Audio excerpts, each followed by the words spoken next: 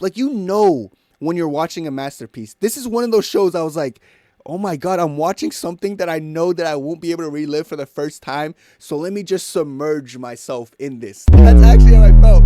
I was like, wait, I'm never going to experience this probably for a long time. Let me immerse myself. So I immersed myself into the show, the script, the characters, and boy, oh boy, let me tell you, it was perfect. What's up, guys? K-Drama Kenny. We're back with another video, guys. In today's video, we're dropping gems.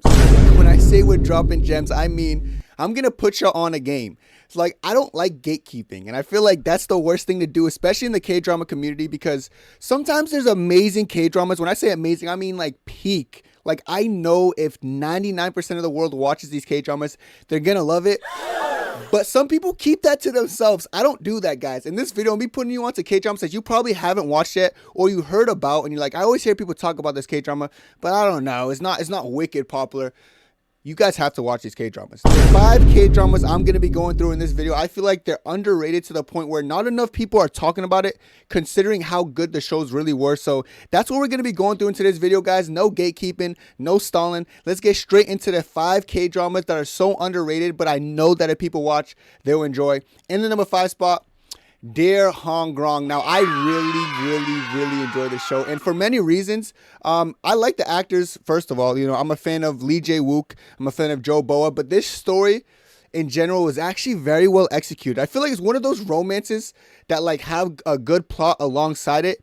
And like, it was very strong on the forbidden love, like love that shouldn't happen. So in this story, pretty much the male lead is someone who like returns to his hometown after a long time, and he's related to the female lead. That's what we think at first. They related to. Now, things about this K-drama that could be a little bit off-putting is like, wait, what do they mean? Are they related? No, the male lead, of course, and the female lead are not related, but it's one of those tricky tropes that they get into. But as the show progresses and unfolds, you obviously tell that they're obviously no relation. But when the male lead initially comes, he does act as if he is the female lead's brother. So that kind of leads to awkward tension and kind of an awkward dynamic. But I do like how the story unfolds, like how much better the show really gets. I feel like the chemistry was a really good slow burn, and I feel like the plot kept me on edge. It's one of those shows that where the plot is like deeper than you think, and I like plots like that. I don't care for a K-drama that the romance is good but the plot's mid. This is one of it where I feel like the romance delivered and the plot came through. That's why I gave it a rating of an 8.9 out of 10. And you guys already know me, like, I'm not like, oh, everything's a 10 out of 10, that's good. But like, if I was one of those casual raters, yeah, I'll just give this a 10 out of 10. But it's a really good show, and it's one of those K-dramas that I know that most people who watch it aren't gonna like not enjoy it. As well as the OST in the show. I gotta shout out the OST in the show. The OST was really good in this show. It's one of those guys, OST kind of makes shows. I don't want to say OSTs makes or breaks shows, but you love a good OST that like brings like something into you, you know. And I feel like this show delivered on that as well. There's not a lot of negative things to say about the show. This is actually my favorite role of Joe Boa. I saw her in Destined with You. I actually didn't like that show. Fun fact, I didn't really like it.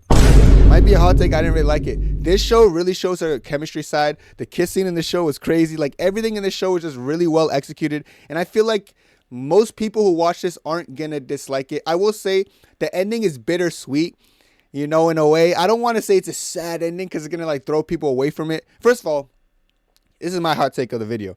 Sad endings don't ruin K-dramas. Matter of fact, half the time I think a sad ending is necessary, realistic, and sometimes makes the K-drama better in regards to emotional presence. I do think this show had good emotional presence. I really just feel like this is one of those well-developed shows. The ending isn't wicked. It's not, I don't want to say it's a fully sad ending because I don't want to spoil it too much. I'm not going to spoil it too much, but it's one of those endings that's open interpretation. Maybe there's a season 2. I kind of doubt it, but neither here or there. It's a really good show that I feel like flew under the radar despite being on Netflix, which usually K-dramas that are actually pretty well executed do great on Netflix. But it's one of those things that I feel like the promotion could have been better to this show to get more eyes on it. Nonetheless, it's definitely one of my top 5 most underrated K-dramas of all time. If you haven't watched Dear Hongrang, get to that today.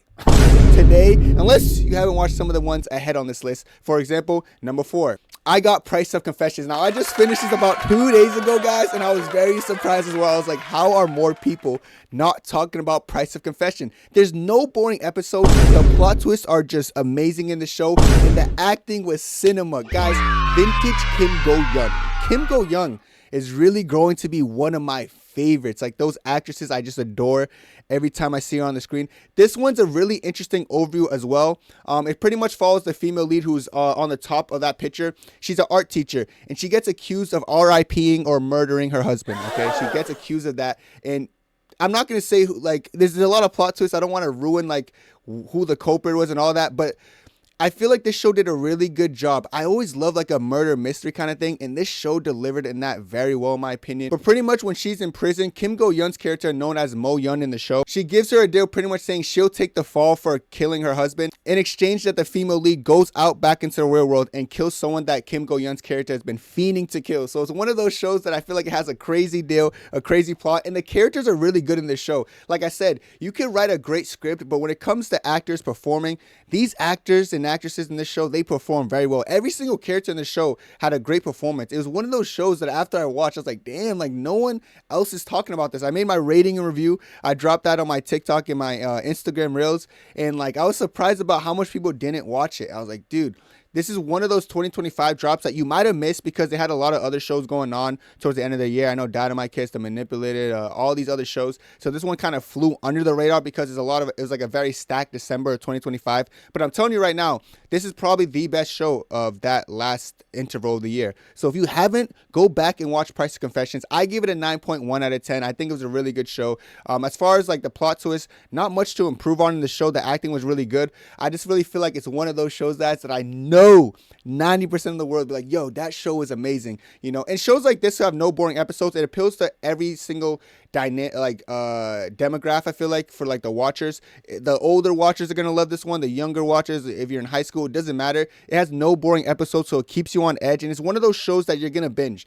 You like, I know, in my prime, I'm not the same by the way, but in my prime, I could bang out a 12 episode or 16 episode K-drama in a day, and like I lost that. Like since then, I don't have that in me anymore. Like I can't really binge things in a day. I don't even know how I was doing that. That must have been COVID getting me my bag. But shows like this, it brings that back to you. So if you've been having kind of a drought, like feeling like I can't binge shows, this show is binge worthy. You're going to start the show. I'm telling you right now, you'll finish it within 2 days. It's one of those shows. It's one of those shows that are that good, that intriguing, and that plot is that complex that it keeps you attached. So I do recommend Price of Confessions. It is a newer drop that people aren't paying enough attention to. So get to that as soon as possible. But in my number 3 spots, one of my favorite K-dramas of all time, The Trunk. I give it a 9.2 out of 10. Mature watchers, you will love this one. I really feel like this is one of those K-dramas that if you're older and you have a matured palate, there's no way you could dislike the show. The show's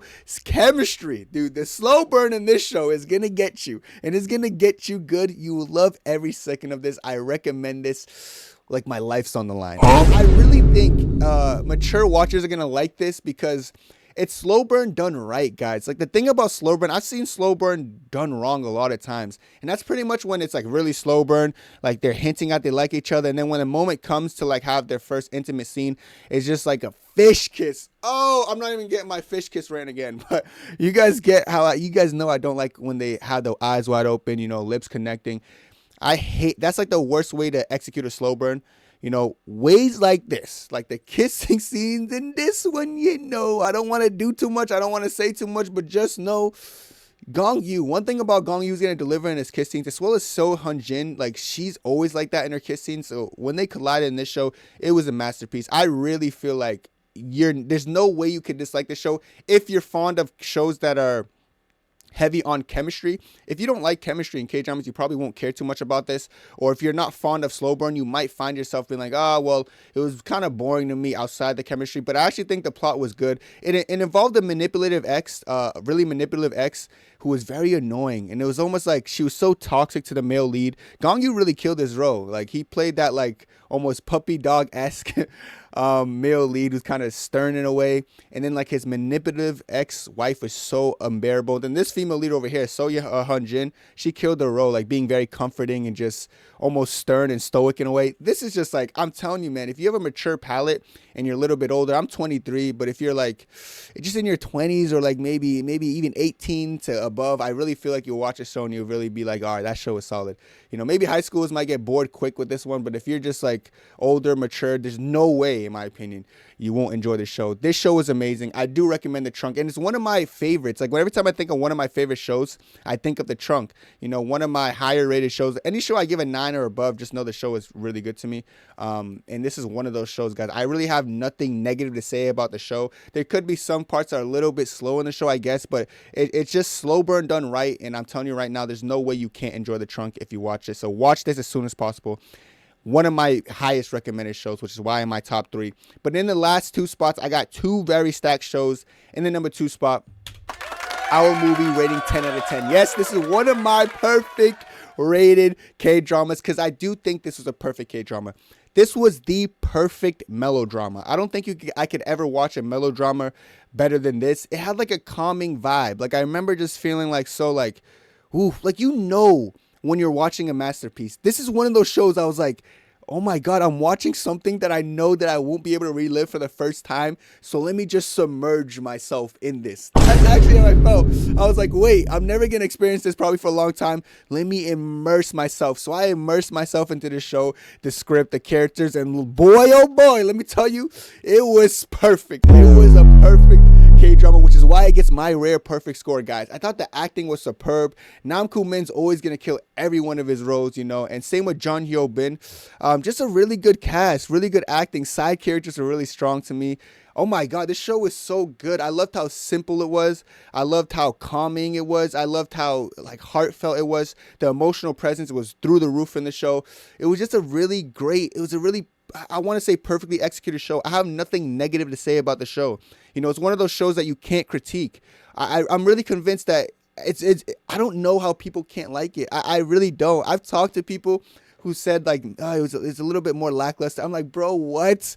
I'm telling you, it's first of all, it's actually one of the highest rated K-dramas of all time on IMDb. I believe it's like an 8.8 out of 10 or something like that, which would make it I think a top 3 highest rated K-drama on IMDb. The only one rated higher would be My Dearest, When Life Gives You Tangerines, and I think one other one maybe.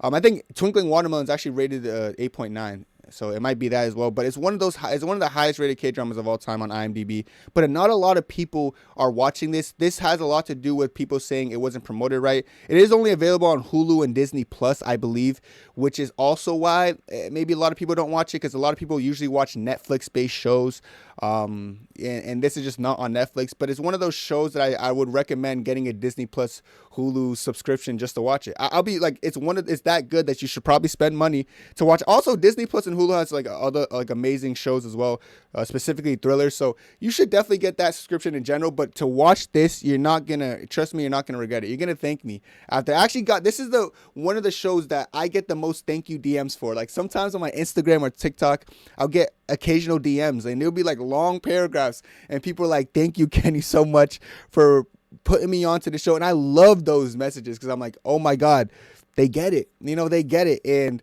those are the things that bring me joy. Right? Those are the things that bring me joy when I can recommend a K-drama to people and they're like so appreciative because it's life-changing. Some of these K-dramas are that good, guys. It has that much of an emotional presence in you and resonates with you so well that you have nothing else to do but applaud it and just thank people for it. And I feel like this K-drama is that good that it has that effect on people. So if for some reason you haven't watched our movie, if for some reason you've been like, oh, it's on my watch list, but maybe I'll put it off, this is your sign to stop putting it off and dive into it and understand why this is arguably the best K-drama of all time. That means every K-drama ever made. This is in the argument for being the best K-drama of all time. Watch our movie today right after this video. Pause this video, okay, wait, don't pause the video yet. Watch the number 1 and then pause the video and go back to our movie or go back to what's in the number 1 spot, which is You and Everything Else. Now, I already talked about this video on my top 25 K-dramas of all time, as well as the last K-drama you guys just saw, but this K-drama is so good to me. It's so special to me, and I always say it every time it's brought up. Best acting performance ever. This includes American dramas I watch, Korean dramas, Chinese dramas. This is the best acting I've seen, period. I've never seen characters act this well. Like it really, I'm telling you, the performance with Kim Go Yeon and Park Ji Hun. Like Park Ji Hun, she is a problem in a bad way because she played her character so well and he acted so well that the next K dramas I would watch after that, the next ones after that, I'm like, why did Park Ji Hun raise my standards for great acting? Now I'm looking at these other K dramas and I don't resonate as well with them, or I'm not liking them as much because I'm looking at their performance, and even though it's good, it's just not Park Ji Hun level, you know. So she's kind of, I don't know if that's a positive or a negative. I don't know if this is a positive or negative. Like, yeah, you acted a little too well. Now you raised my standards a little bit too unrealistically. Now I'm expecting people to have strong emotional presence and strong acting like you. But to be honest, I don't know if that's possible because you're such a great actor. You know, Kim Go Eun's an amazing actor too, and she showed how amazing she was in this show. But like I gotta say it like this, and you guys know how much I praise Kim Go Eun. Her acting was so good, but even side by side with Park Ji Hun, it was like, dude, Park Ji Hun's crazy. Oh my God, she's actress of the year. Actually, in my opinion, I think she's actress of the year off of this role alone. And a runner-up would be Kim Go Eun for Price of Confessions and You and Everything Else role, because they're just both amazing actresses, man. But this show, I just want to like how deep the characters were, guys. I feel like what makes a show the best for me is like deep characters. Sometimes I see a character's backstory and stuff, and I'm like, dude, I just don't give a shit. I don't care about that backstory. Like, it's just I don't resonate with it, or like I feel like it's dumb, or I don't have that feeling. Dude, everything about the show was just well executed. The storyline, the writing, you know, the resentment between these two, like the foundation of their friendship. It's one of those shows that it's as simple as just following a friendship and the ups and downs of it. It's like not like a complicated plot, but you don't need a wicked complicated plot. If you just have a good script and actors who can perform like 10 out of 10 roles, that's what you're going to get from a show like this. Roller coaster of emotions, Shaq. Because I say that because I had a roller coaster of emotions. I was feeling happy. I was laughing sometimes. I was angry sometimes at both of them, like both characters, you know, just angry and annoyed by them. You know, I was emotional a lot during the show. I always say this is the saddest ending in a K-drama ever, but that's going to throw you off if you don't like sad endings. But I not like in a way as in, well, no, it was a sad ending. And probably the way you're thinking. It was a tragic ending, but it's like, it's still like, it's one of those shows that, you know, you watch a good K-drama when a week goes by and you're still stuck in that same scene, you know, or you're still stuck at that K-drama, you know. That's what I feel like resonates well. I feel like long-lasting impact equates to masterpiece, because I watched great K-dramas that I kind of forget about in a little bit, you know. And I do think the sadder K-dramas tend to have that longer-lasting impact on the viewer. That's my opinion. But I don't look at that as a negative. People like to associate sad with negative. I don't necessarily think feeling emotions or being sad is a negative thing, which is why I look at shows like this in our movie and I'm like, dude, these shows were perfect. This 11 out of 10 rating, ranking thing that I do sometimes, I only gave 2 11 out of 10s. It was When Life Gives You Tangerines and My Dearest. This show is the closest I've ever got to giving anything else 11 out of 10, you know. And I'm so picky with stuff like this. And to this day, I don't know why it's not on the same tier as My Dearest and When Life Gives You Tangerines, because if you ask me, it's up there with them, you know. So it's one of those shows, guys, that I really want you guys to watch. And I want you guys to just fully immerse yourself in it and see how you feel. For a show on Netflix, you would think it would have more people talking about it. You would think it had more popularity, but surprisingly, that's not the case. Like, surprisingly, this is not being talked about as the most popular K-drama of 2025. I do see some lists like rank this in the best K-drama 2025 alongside When Life Gives You Tangerines, which lets me know, even though not a lot of people have seen this K-drama, the fact that a lot of people are saying this is arguably the best K-drama of 2025, it lets you know the kind of status we're on when we talk about things like You and Everything Else. It's just an amazing show that I would recommend, guys. And if you haven't watched it, watch it as soon as possible. Watch it today, watch it tomorrow. But whenever you watch it, just be mentally ready. You got to be in the right headspace, because it's going to be a roller coaster of emotions. But trust me when I say you will enjoy it, guys. But these are my 5 underrated gems that I feel like you should watch if you haven't already. If you guys trust my rating and reviews, you should watch it, guys. Trust me when I say you are going to enjoy it. Hope you guys like and subscribe, guys. Thank you so much for getting me over 1,000 subscribers. With you guys, I'm going to continue growing. Have a good one. Hope you enjoyed. Peace.